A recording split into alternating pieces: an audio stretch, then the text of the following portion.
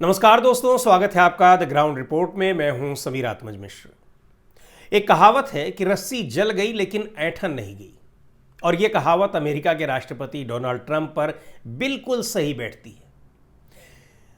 Iran से कई मोर्चों पर मात खाने के बाद, सैन्य स्तर पर भी, राजनीतिक स्तर पर भी, कूटनीतिक स्तर पर भी मात खाने के बाद वो धमकी देते रहे, हम आपके पावर प्रोजेक्ट्स ख़त्म कर देंगे, तबाह कर देंगे, ये कर देंगे, तबाह कर दिया, और इन सब को वो कुछ कर नहीं पाए। किया, हमले तमाम किए, ईरान को नुकसान हुआ, लेकिन ईरान ने प्रत्युत्तर में जो कुछ किया, जिस तरीके से रिटेलिएट किया, तो नुकसान का की जो मात्रा है वो कहीं ज़्यादा है अमेरिका और इजराइल की। लेकिन इन सब के बाद वो परेशान रहे कि किसी तरीके से मध्यस्थता कोई कर ले मध्यस्थता, और आखिरकार पाकिस्तान से भी मध्यस्थता कराने को तैयार हो गए। पाकिस्तान की मध्यस्थता में वार्ता की मेज़ पर बैठे, लेकिन मेज़ पर भी कोई बात बन नहीं पाई, वार्ता फेल हो गई। और उसके बाद उन्होंने कहा कि अगर वार्ता फेल हो गई तो अब हम हॉर्मुज स्ट्रेट जो है उसकी नाकेबंदी कर देंगे।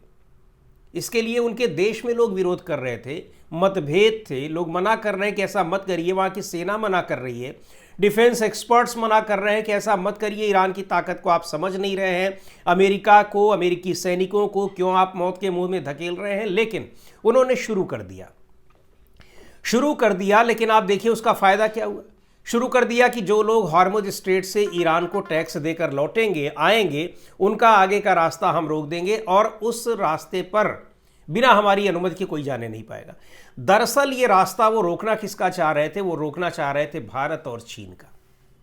लेकिन चीन ने जब आंख दिखाई तो फिर फ्लैट हो गए, सीधे बैकफुट पर आ गए, और अब एक बार फिर बिलबिलाने लगे हैं कि नहीं, किसी तरीके से हम वार्ता करेंगे। लेकिन जो हमने कहा कि रस्सी जल गई और ऐंठन नहीं गई, तो वार्ता की मेज पर फिर आने के लिए लालायित हैं, परेशान हैं कि किसी तरीके से आ जाएं, फिर कोई शर्तें रख लें, एक आध शर्तों को किसी तरीके से अपनी मनवा लें और ईरान से हम युद्ध रुकवा लें। लेकिन अब भी वो यही कह रहे हैं कि हॉर्मुज स्ट्रेट की नाकेबंदी करके हमने ईरान को परेशान कर दिया, ईरान पस्त हो गया, और अब वो फिर वार्ता की मेज पर आ रहा है। जबकि वार्ता को लेकर ईरान ने साफ तौर पर कहा है कि उसकी ओर से कोई पहल नहीं हो रही है, लेकिन वो वार्ता से मना भी नहीं कर रहा है क्योंकि वो इस इलाके में शांति चाहता है।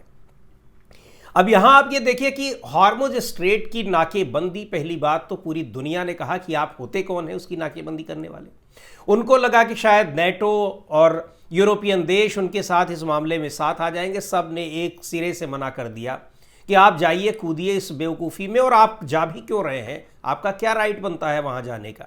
हॉर्मुज स्ट्रेट वो इस इलाके में, पश्चिम एशिया में है, वहाँ से आपका कोई लेना देना नहीं है। उस इलाके पर, जिसके हॉर्मुज स्ट्रेट पर ईरान और ओमान उस क्षेत्र में उनका प्रभाव है, उनके क्षेत्र में वो जलडमरू मध्य आता है, स्ट्रेट आता है, उसकी सुरक्षा की जिम्मेदारी, उसकी जो सिक्योरिटी है, वहाँ से आने जाने की निगरानी करना, ये उनके अधिकार क्षेत्र में है। आप वहाँ जाकर क्या करेंगे? और आप होते कौन हैं किसी को ये तय करने वाले कि कौन ईरान से पैसा देकर आ रहा है, कौन ईरान किसको फ्री भेज रहा है। और यहाँ पर आप कह रहे हैं कि ईरान डर गया, खौफ में आ गया। तो आपको ये भी बता दें कि कई जहाज गुजरे हैं वहाँ से, हॉर्मुज स्ट्रेट से पार होने के बाद जहाँ नाकेबंदी कर रखी थी, और वो बड़े आराम से चले गए। उनमें कई ईरान के जहाज़ थे और कई जहाज़ चीन के थे, और जिन जहाज़ों को अनुमति दी ईरान ने, वो सारे जहाज़ वहाँ से गए। यानी अमेरिका एक भी जहाज़ को रोक नहीं पाया। और चीन ने जिस तरीके से आंख दिखाई, रूस अब जिस तरीके से कह रहा है कि अगर अंतर्राष्ट्रीय जल क्षेत्र में इस तरह की गुंडागर्दी होती है तो ये दुनिया के लिए बहुत ही खतरनाक है। अब इन सारे विरोध को देखते हुए एक बार फिर वो वार्ता की मेज पर परेशान है कि कैसे आ जाए ईरान।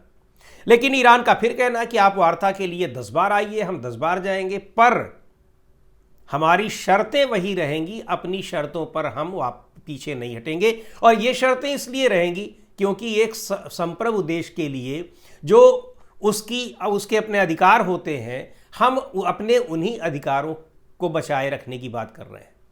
आप हमारी संप्रभुता पर हमला करने की कोशिश कर रहे हैं और हम अपनी संप्रभुता पर हमले का बचाव कर रहे हैं, हमले को रोक रहे हैं। आपने हम पर हमला किया, इसलिए हमने आप पर हमला कर दिया। आप कौन होते हैं हमारे खिलाफ सैंक्शन लगाने वाले? आप प्रतिबंध लगाने वाले, दूसरे देशों को धमकाने वाले कि आप ईरान से व्यापार मत करिए, तो आप इन सैंक्शंस को हटाइए।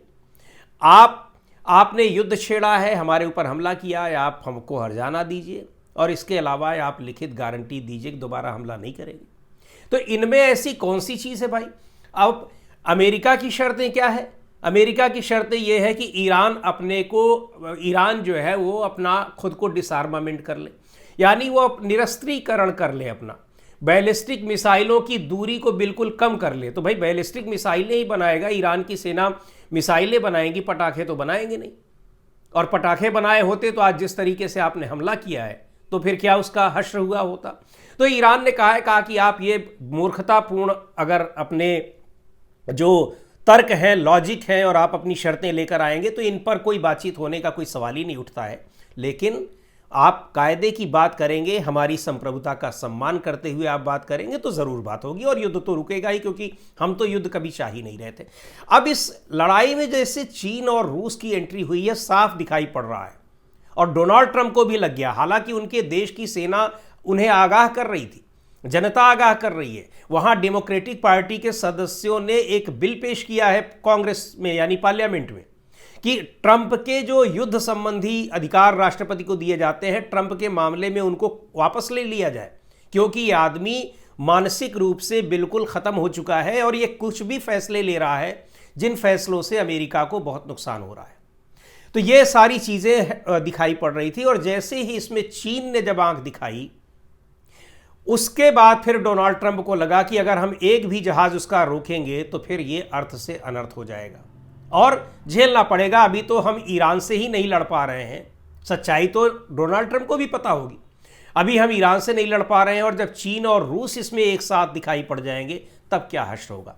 एक और महत्वपूर्ण डेवलपमेंट है कि ब्रिटेन ने सीधे तौर पर मना किया है, नेटो तो आया ही नहीं है।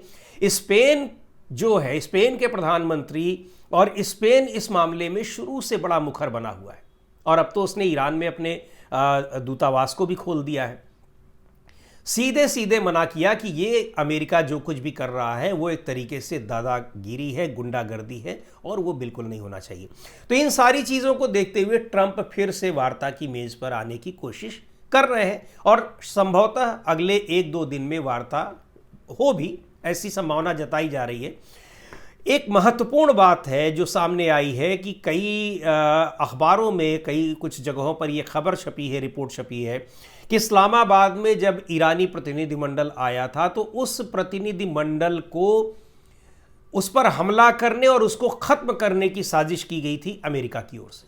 ऐसी रिपोर्ट्स आई हैं और इसीलिए ईरानी प्रतिनिधिमंडल को ये सारी बातें पता लग गई, क्योंकि उसमें सैयद अब्बास अरागची भी थे, विदेश मंत्री वहाँ के, गालिबाफ थे जो वहाँ के संसद के अध्यक्ष हैं, और बाकी और कई सारे लोग थे। तो उन्होंने अपना रास्ता बदला, टाइमिंग बदली और फिर वो इस्लामाबाद पहुँचे। कहा यह जा रहा है कि उन पर किसी तरीके के हमले की जो साजिश थी वो जब यहाँ से लौटते उस वक्त उन पर हमला हो सकता था, लेकिन इन सारी ये कॉन्स्पिरेसीज को भांप गए ईरानी अधिकारी, ईरान की जो खुफिया एजेंसियां हैं, खुफिया सूत्र हैं, और उन्होंने उस तरीके से फिर अपने कार्यक्रम को तय कर लिया। अब ईरान इस बात पर भी अड़ा है कि अब वार्ता होगी तो इस्लामाबाद में नहीं होगी, बल्कि ये वार्ता कहीं और जगह पर होगी, या तो टर्की में हो सकती है या जिनेवा में हो सकती है। तो अब यहाँ एक और पेंच फंस गया है कि वार्ता क्या इस्लामाबाद में होगी, क्योंकि ईरान अब शायद इस्लामाबाद के लिए इसकी अनुमति न दे। लेकिन देखते हैं क्या हो सकता है कि बात बने। तो पहली बात तो यह है कि अब इसमें वार्ता की मेज़ पर आना, और दूसरी बात यह है कि वार्ता की मेज़ रखी कहाँ होगी, यानी वो इस्लामाबाद में होगी या किसी दूसरे देश में होगी, टर्की में होगी, जिनेवा में होगी, जैसी कि ईरान की शर्त है। लेकिन इस युद्ध के जो नुकसान दिखाई पड़ रहे हैं और आने वाले दिनों में और कितनी भयानक त्रासदी इस पूरी दुनिया को झेलनी पड़ेगी अमेरिका के राष्ट्रपति डोनाल्ड ट्रंप की वजह से और इजराइल के प्रधानमंत्री नेतन्याहू की वजह से, वो उसकी जो डरावनी तस्वीरें हैं वो दिखाई पड़ने लगी हैं।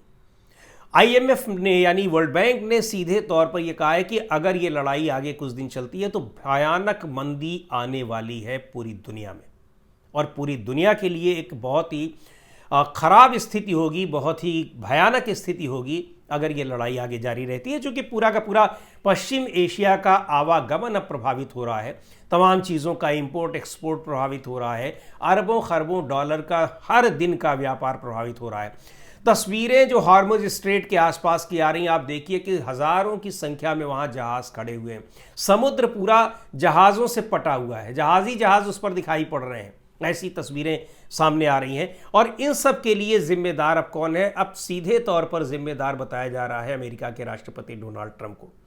नेतान्याहू अब इसमें पीछे हटते दिखाई पड़ रहे हैं। एक और महत्वपूर्ण घटनाक्रम यह हुआ है कि नेतान्याहू भी, अब ट्रंप नेतान्याहू को भी वार्ता करने और झुकने के लिए बार बार दबाव डाल रहे हैं कि ईरान के आगे अब आप झुकिए, ईरान जो कहता है उसकी बात मानिए। तो नेतान्याहू भी लेबनान के साथ, यानी इजराइल और लेबनान के बीच में भी वार्ता शुरू हुई मंगलवार को, और ये वार्ता शुरू हुई है अमेरिका के विदेश मंत्री मार्को रूबियो के अध्यक्षता में, उनकी देखरेख में, यानी उनकी मध्यस्थता में, अध्यक्षता नहीं है मध्यस्थता में उनकी ये वार्ता शुरू हुई है। तो ये सारी स्थितियां जो दिखाई पड़ रही हैं, उनसे ये साफ पता लग रहा है कि अमेरिका के राष्ट्रपति डोनाल्ड ट्रंप अब खुद भी समझ रहे हैं कि वो इस स्थिति में नहीं है कि वो लड़ाई कर सकें। हार्मुज स्ट्रेट को जो घेरने की, नाकाबंदी करने की उन्होंने कोशिश की है, उसमें भी पूरी तरह से नाकाम हो गए हैं, वहाँ से भी अब वापस आना पड़ेगा उनको। लेकिन वो चाह रहे हैं कि कोई उनको एक सेफ पैसेज मिले, कम से कम फेस सेविंग कर सकें, अपना चेहरा छिपा सकें कि हाँ हम ईरान से हारे नहीं हैं, और ये कह सकें कि हम ईरान से जीते, लेकिन ईरान उनको ये मौका देने वाला नहीं है। देखते हैं क्या कुछ होता है। आज की वीडियो में इतना ही। अगले वीडियो में फिर मिलेंगे एक नए विषय के साथ, एक नए मुद्दे के साथ। द ग्राउंड रिपोर्ट के यूट्यूब चैनल को आपने अब तक सब्सक्राइब न किया हो तो ज़रूर कर लें, हमारे वीडियोस को लाइक करें, शेयर करें और अपने सुझाव भी हमें ज़रूर भेजें।